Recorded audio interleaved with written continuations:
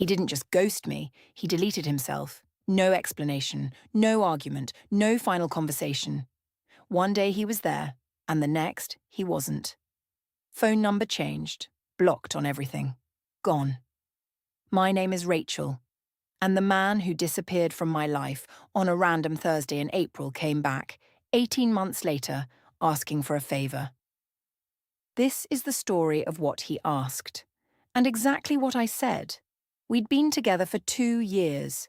His name was Tom. We weren't living together. I'd suggested it once, he'd changed the subject, but we were serious. Or so I thought. His mother knew my name. We'd booked a holiday for the summer. I had a drawer at his flat. The Thursday it ended, I'd texted him in the morning like any other day. I got no reply. By evening, I'd noticed I couldn't see his profile picture anymore. By the weekend, it was clear. He had simply opted out. Of me. Of any explanation. Of basic human decency. I won't pretend it didn't destroy me for a while. It did. The not knowing is the worst part of being ghosted. You spend months trying to work out what you did, what you missed, what you could have done differently. Eventually I stopped.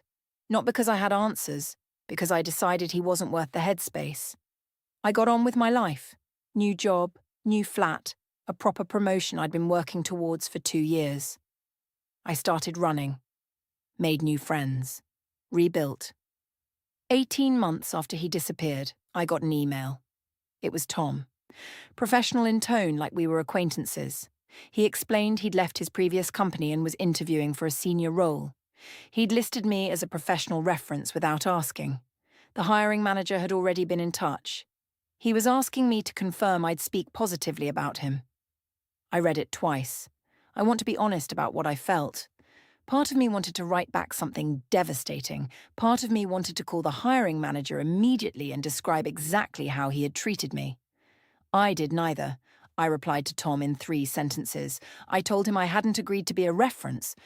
I told him I'd be letting the hiring manager know I wasn't in a position to provide one. I told him not to contact me again.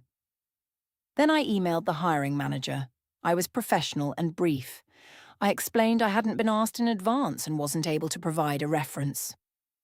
I said nothing else. I later heard through a mutual contact that Tom didn't get the job. I don't know if my email made a difference.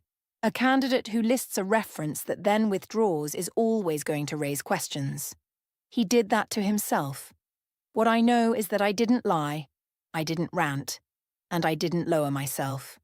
I just removed myself from his story. Quietly, completely. The same way he'd tried to remove himself from mine. There's a certain power in not giving someone the dramatic response they half expect. Sometimes the most satisfying thing you can do is simply say no. Subscribe to Karma's Verdict for a new story every week and tell me, what would you have done?